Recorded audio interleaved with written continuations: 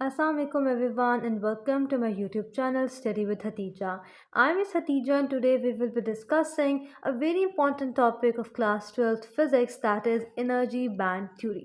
यानी आज के इस लेक्चर में हम डिस्कस करेंगे कि एनर्जी बैंड थ्योरी क्या है और किस तरह हम इंसुलेटर, कंडक्टर और सेमीकंडक्टर को एनर्जी बैंड थ्योरी के बेसिस पर डिफाइन कर सकते हैं. So let's start with our lecture. Bismillahirrahmanirrahim. First of all we need to know what is energy band theory कि एनर्जी बैंड थ्योरी है क्या. तो एनर्जी बैंड थ्योरी हमें बेसिकली बताती है कि जब भी कोई एटम या मॉलिक्यूल कंबाइन होते हैं या बॉन्ड बनाते हैं तो किस तरह उनकी एनर्जी डिफरेंट लेवल्स पे डिवाइड होती है. So basically energy band theory is a very important theory that discusses the division of the energy of a compound into different energy states.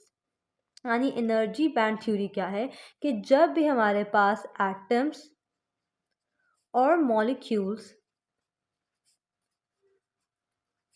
आपस में बॉन्ड बनाते हैं तो जो उससे रिजल्ट करने वाला कंपाउंड है उसके अंदर फर्स्टली इन सारे एटम्स या मॉलिक्यूल्स की एनर्जी मर्ज हो जाती है, कंबाइन हो जाती है. और कंबाइन होने के बाद अकॉर्डिंग टू देयर वैल्यूज़ जो एनर्जी होती है वो दो तरह की स्टेट्स में डिवाइड हो जाती है. वो कौन सी स्टेट्स हैं वो ऑनवर्ड्स हम डिस्कस करेंगे. अभी जो बेसिक कॉन्सेप्ट है वो ये है कि एनर्जी बैंड थ्योरी है क्या. तो बेसिकली एनर्जी बैंड थ्योरी हमें डिस्क्राइब करती है कि जब भी एटम या मॉलिक्यूल्स बॉन्ड बनाएंगे या कंबाइन होंगे तो जो कंपाउंड बनेगा उसके अंदर जो एनर्जी टोटल आएगी, जो मर्ज होके सारे एटम्स की एनर्जी होगी, वो डिफरेंट एनर्जी स्टेट्स पे या फिर एनर्जी बैंड्स पे डिवाइड हो जाएगी. इसलिए इस थ्योरी को हम एनर्जी बैंड थ्योरी कहते हैं. अगर सॉलिड्स के पॉइंट ऑफ व्यू से देखा जाए तो सॉलिड्स में जब लार्जर मॉलिक्यूल्स आपस में कंबाइन करते हैं तो उनके कंबाइन होने से जो टोटल एनर्जी होती है रिजल्टेंट कंपाउंड की वो डिवाइड हो जाती है इनटू डिफरेंट स्टेट्स. अब वो स्टेट्स कौन सी हैं? सो बेसिकली हमारे पास टू टाइप्स ऑफ स्टेट्स हैं.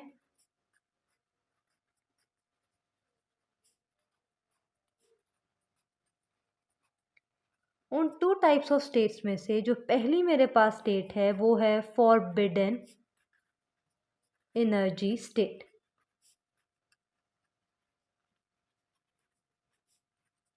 अब फॉरबिडन का word with in it self is telling us कि फॉरबिडन का मतलब कि यहाँ आना अलाउ नहीं है. यानी यहाँ हमारे पास वो वाली एनर्जी लेवल है जहाँ इलेक्ट्रॉन्स प्रेजेंट नहीं होंगे. क्योंकि हम मेटल्स या सॉलिड्स को डिफाइन कर रहे हैं तो सॉलिड्स में हमारे पास इलेक्ट्रॉन्स ही मेजर चार्ज कैरियर होते हैं. तो बेसिकली हमारे पास फॉरबिडन एनर्जी स्टेट वो एनर्जी का स्टेट या एनर्जी की वैल्यू है जहाँ इलेक्ट्रॉन्स प्रेजेंट नहीं होते. The forbidden energy state is the state where electrons are not present. यहाँ से इलेक्ट्रॉन होकर एक बैंड से दूसरे बैंड पर जा सकते हैं बट यहाँ स्टे नहीं कर सकते या फिर यहाँ प्रेजेंट नहीं होते. दूसरी हमारे पास जो बैंड आता है वो है हमारे पास परमिसिबल एनर्जी स्टेट्स.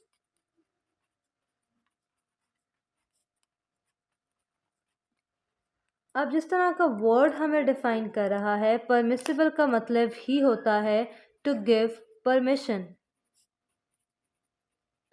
यानी ये वो वाली एनर्जी स्टेट्स या बैंड हैं जहाँ इलेक्ट्रॉन्स को परमिशन होती है टू एंटर और टू स्टे. यानी परमिसिबल एनर्जी स्टेट्स वो स्टेट्स हैं जहाँ या तो इलेक्ट्रॉन्स प्रेजेंट होंगे या फिर मूव करके आ सकते होंगे, फ्लो कर सकते होंगे उस पाथ पे. तो permissible energy states are the states where the electrons are either present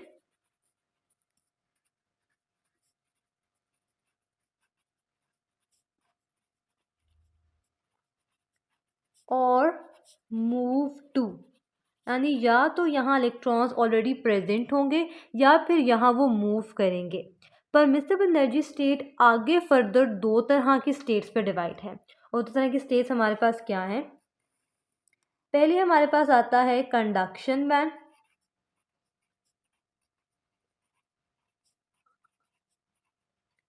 और दूसरी हमारे पास है वैलेंस बैंड।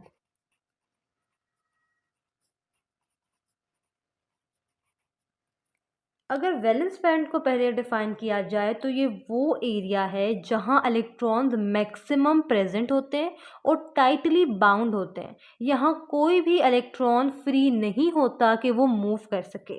सो वैलेंस बॉन्ड हमारे पास क्या है, मैक्सिमम इलेक्ट्रॉन्स इसमें प्रेजेंट होते हैं। नंबर 2, दे आर टाइटली और in some cases slightly tightly bond together. और थर्ड मेरे पास क्या होता है कि वैलेंस बॉन्ड में हमारे पास कोई भी फ्री इलेक्ट्रॉन्स मूव नहीं करते। क्यों मूव नहीं करते? बिकॉज ऑलरेडी टोल्ड यहाँ टाइटली बॉन्ड होते हैं, तो फ्री इलेक्ट्रॉन्स मूव नहीं करते यहाँ। जब फिर कंडक्शन बैंड हमारे पास क्या होता है, कंडक्शन बैंड बहुत से मटेरियल पे या तो आइदर पार्शली फिल्ड होगा या कंप्लीटली एम्प्टी होगा। कंडक्शन बैंड पे बेसिकली इलेक्ट्रॉन्स मूव करके आते हैं फ्रॉम वैलेंस बैंड, यानी कंडक्शन बैंड या तो थोड़े बहुत इलेक्ट्रॉन्स इसमें अपने प्रेजेंट होंगे या फिर कंप्लीटली ही एब्सेंट एम्प्टी होगा और इस पे वैलेंस बैंड से इलेक्ट्रॉन मूव करेंगे। यानी conduction band is either partially filled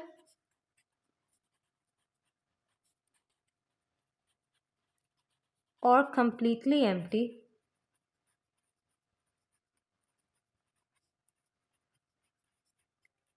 दूसरी हमारे पास बात क्या है कि यहाँ इलेक्ट्रॉन्स मूव करते हैं फ्रॉम वैलेंस बैंड, यानी वैलेंस बैंड से इलेक्ट्रॉन्स यहाँ मूव करेंगे। और थर्ड बात कि यहाँ फ्री इलेक्ट्रॉन्स हैं। फ्री इलेक्ट्रॉन्स हमारे पास क्यों है यहाँ? क्योंकि जो वैलेंस बैंड था उसमें हमारे पास एक large amount of electrons present है। वो सारे के सारे इलेक्ट्रॉन्स मूव नहीं करते, उनमें से सिर्फ कुछ यानी a few of them will move to the conduction band. इससे क्या होगा कि कंडक्शन बैंड पे इनफ स्पेस होगी कि जो थोड़े से इलेक्ट्रॉन्स वहाँ आए हैं वो मूव कर सके। और हम सब जानते हैं कि इलेक्ट्रॉन्स की मूवमेंट ही बेसिकली करंट को कॉन्स्टिट्यूट करती है। तो इस तरह हमारे पास डिफरेंट सॉलिड्स डिफरेंटली करंट को या तो कंडक्ट करते हैं या नहीं करते हैं।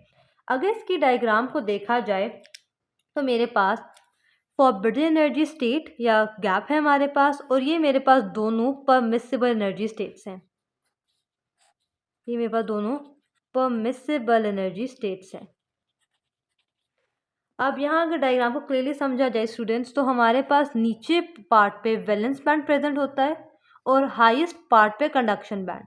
इलेक्ट्रॉन की एनर्जी को देखा जाए तो इसे अंदाज़ा लगा सकते हैं कि वैलेंस बैंड पे जो इलेक्ट्रॉन्स प्रेजेंट होंगे वो एट देयर लोवेस्ट एनर्जी होते हैं, और जो कंडक्शन बैंड पर इलेक्ट्रॉन्स प्रेजेंट होंगे वो एट देयर हाईएस्ट लेवल होते हैं। और फॉरबिडन एनर्जी स्टेट वो एनर्जी की स्टेट है जो कि दो बैंड्स को आपस में सेपरेट करती है। यानी फॉरबिडन एनर्जी गैप या स्टेट वो एनर्जी का लेवल है जो कि कंडक्शन बैंड को वैलेंस बैंड से सेपरेट करता है। डायग्राम को दोबारा एलैबोरेट कर देती हूँ। ये हमारे पास एरो दिखाता है इलेक्ट्रॉन की एनर्जी को। सो हमारे पास मिनिमम एनर्जी वैलेंस बैंड पे होती है इलेक्ट्रॉन्स की। क्यों होती है? Because they are tightly bound, वो सिर्फ स्लाइटली वाइब्रेट कर सकते हैं, वो मूव नहीं कर सकते हैं। और मैक्सिमम होती है कंडक्शन बैंड पे, क्योंकि यहाँ electrons are free to move. अब हम देखते हैं कि जो हमारे पास तीन तरह के सॉलिड्स हम स्टडी कर रहे हैं, यानी सेमीकंडक्टर्स हैं, कंडक्टर्स हैं और इंसुलेटर्स हैं, उन तीनों को हम एनर्जी बैंड थ्योरी के हवाले से किस तरह एलैबोरेट कर सकते हैं। So guys, now let's have a look on insulators. तो इंसुलेटर्स जैसा कि हम क्लास 2-3 से पढ़ते आ रहे हैं कि हर वो सॉलिड या मेटल जो कि करंट को कंडक्ट नहीं करता, that is an insulator.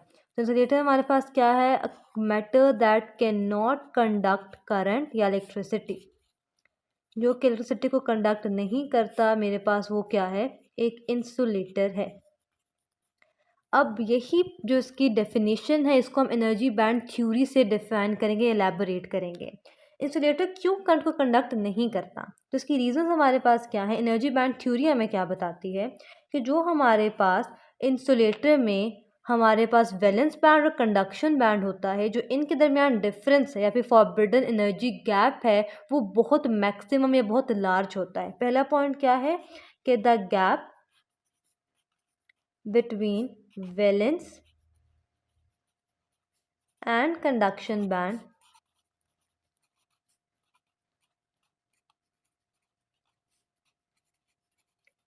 is very great। Is very large. और कितना लार्ज होता है? Up to 15 electron volts. यानी जो हमारे पास एक वैलेंस और कंडक्शन बैंड है किसी भी इंसुलेटर का, उसके दरमियान इतनी एनर्जी का गैप है, कितना? 15 इलेक्ट्रॉन वोल्ट्स का। यानी अगर इसमें हम बहुत ज़्यादा करंट भी अप्लाई करते रहेंगे तो वैलेंस के जो इलेक्ट्रॉन्स हैं वो कंडक्शन बैंड पे मूव नहीं करेंगे। दूसरा पॉइंट हमारे पास जो इसके वैलेंस के इलेक्ट्रॉन्स हैं, जो वैलेंस इलेक्ट्रॉन्स हैं हमारे पास वैलेंस बैंड के, वो टाइटली बॉन्ड होते हैं।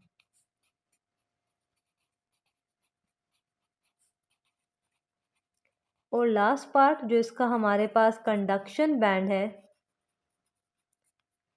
वो कंप्लीटली एम्प्टी होता है।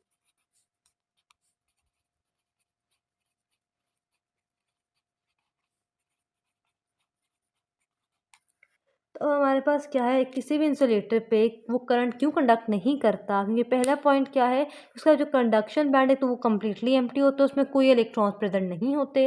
दूसरी बात, उसके जो वैलेंस इलेक्ट्रॉन है वो टाइटली बॉन्ड है, वो आपस में बॉन्ड नहीं तोड़ते, वो कंडक्शन बैंड पे मूव नहीं करते। और अगर बॉन्ड टूट भी जाए तो वो मूव नहीं कर पाते, क्योंकि वैलेंस और कंडक्शन बैंड के दरमियान जो एनर्जी का गैप है, जो फॉरबिडन एनर्जी गैप है, वो बहुत बड़ा है, अप टू 15 इलेक्ट्रॉन वोल्ट। यानी कि हमारे पास 15 इलेक्ट्रॉन वोल्ट जितना हम वोल्टेज या एनर्जी प्रोवाइड करेंगे वैलेंस के इलेक्ट्रॉन्स को, तब वो मूव कर पाएंगे कंडक्शन बैंड तक। And this value is a very greater one. तो जो आम वोल्टेजेस हमारे पास होती हैं वो इतनी एनर्जी प्रोवाइड नहीं कर पाती, इसलिए इंसुलेटर्स करंट को कंडक्ट नहीं करते। अगर इसकी डायग्राम बनाई जाए तो हमारे पास ये हमारा कंडक्शन बैंड है, लेट मी कंडक्शन है, ये मेरा वैलेंस बैंड है,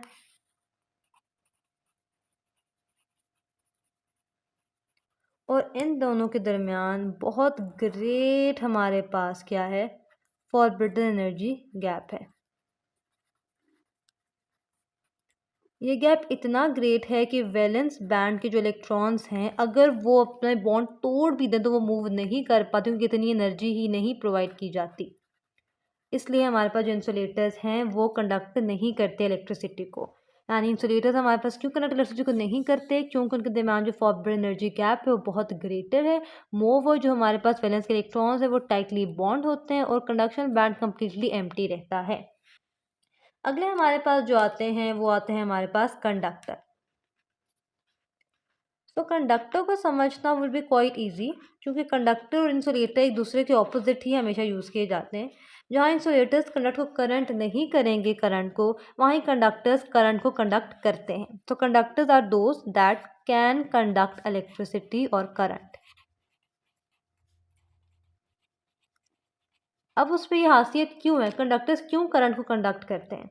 तो पहला पॉइंट देखा जाए हमारे पास तो ये है कि जो उनके दरमियान गैप है वैलेंस और कंडक्शन बैंड का,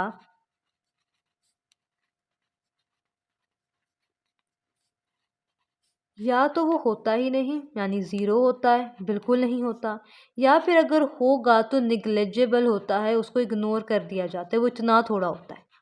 यानी जो हमारे पास वैलेंस और कंडक्शन बैंड हैं वो कुछ इस तरह से अपीयर होते हैं, यानी बिल्कुल एक दूसरे के साथ कनेक्टेड, उनके दरमियान बिल्कुल भी गैप नहीं होता, और अगर होता है भी तो बहुत नेग्लेजिबल होता है।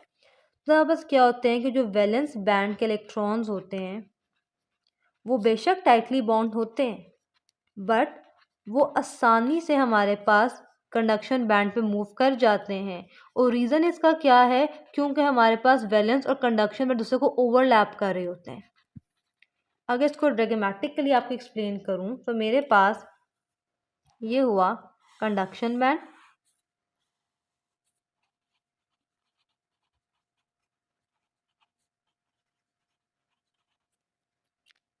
और ये है मेरे पास वैलेंस बैंड।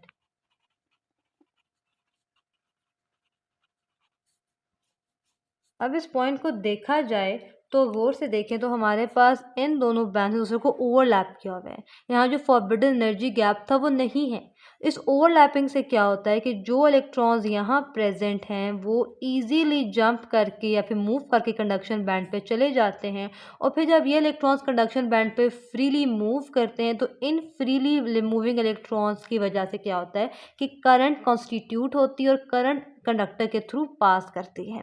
तो रीज़न क्या है कंडक्टर्स का करंट को कंडक्ट करने का? तो ये है कि जो उनका गैप है between valence and conduction band वो ज़ीरो यानी है ही नहीं, अगर है भी तो इतना थोड़ा है कि उसको निग्लेजिबल यानी इग्नोर किया जा सकता है। इसलिए उसके valence electron easily conduction band में मूव करते हैं। अब एक लास्ट हमारे पास आता है दैट इज अ सेमीकंडक्टर।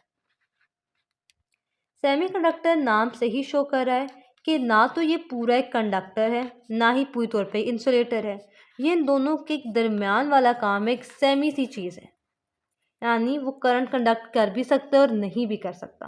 तो एक सेमीकंडक्टर एक ऐसा मटेरियल है जो कि एट लो टेम्परेचर या वोल्टेज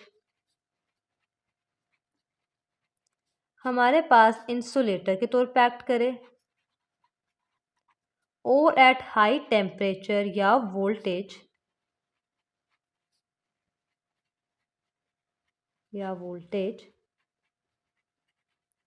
वो एक कंडक्टर के तौर पे काम करे।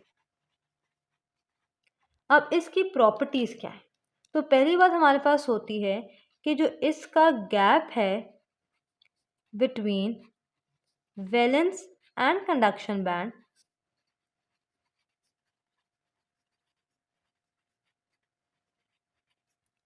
वो बहुत थोड़ा होता है, इट्स वेरी लिटिल, यानी होता है इस पे बट इंसुलेटर से कम और कंडक्शन से ज़्यादा, यानी कंडक्टर से ज़्यादा इसके अंदर गैप है बट इंसुलेटर से बहुत कम है, लिटिल होता है। दूसरी पॉइंट क्या होती है कि थोड़े गैप की वजह से जब हम थोड़ी सी हाई वोल्टेज अप्लाई करते हैं इसको या टेम्परेचर अप्लाई करते हैं तो जो हमारे पास वैलेंस के इलेक्ट्रॉन्स हैं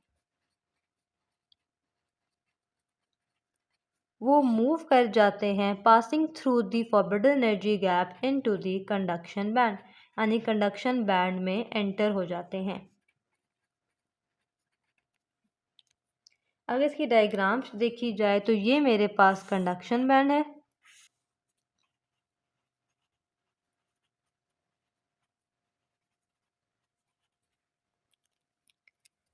this would be my valence band,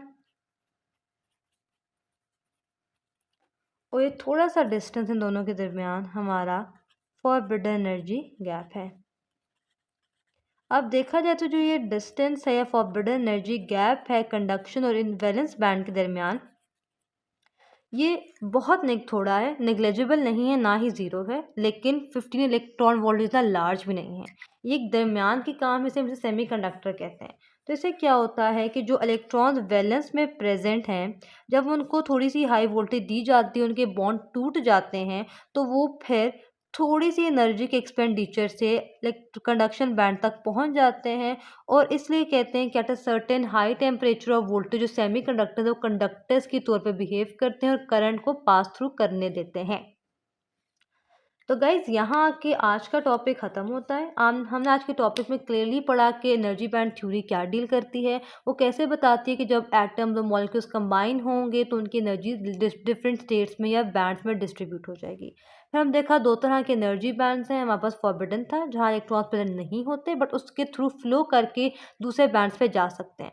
दूसरा था हमारे पास परमिसिबल एनर्जी बैंड जहाँ जहाँ इलेक्ट्रॉन्स प्रेजेंट होते हैं या फिर मूव करके जा सकते हैं। आगे से इसके ही दो बैंड थे हमारे पास कंडक्शन और वैलेंस बैंड। कंडक्शन बैंड वो था जहाँ इलेक्ट्रॉन्स मूव करके आते हैं और वैलेंस वो था जहाँ इलेक्ट्रॉन्स प्रेजेंट होते हैं, टाइटली बाउंडेड होते हैं। फिर हमने एनर्जी बैंड थ्योरी के ही हवाले से इंसुलेटर्स, कंडक्टर्स, सेमीकंडक्टर्स को डिफाइन किया। इंसुलेटर्स में करंट पास क्यों नहीं करती, क्योंकि वहाँ जो गैप है वैलेंस और कंडक्शन बैंड का वो बहुत ज़्यादा है। जबकि कंडक्टर्स में करंट पास क्यों करती है, क्योंकि यहाँ जो गैप है वो बिल्कुल ना होने के बराबर है और अगर है भी तो निग्लेजिबल है।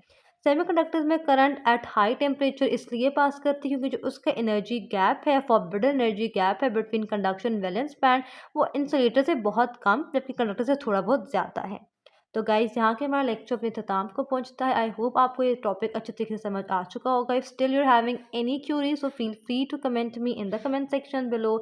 इसके अलावा as always I be sharing my Instagram ID with you guys in the description box below, so don't forget check it out, ताकि आप लोग मुझे इंस्टाग्राम पे भी DM करके जो आपकी क्यूरीज हो वहाँ भी मुझसे क्लियर कर सकते हैं। आई होप आपको यहाँ तक समझ आया होगा। अगर आपकी ये वीडियो कुछ भी इन्फॉर्मेटिव साबित हो so don't forget to hit that like icon and do subscribe to my channel for more videos like this.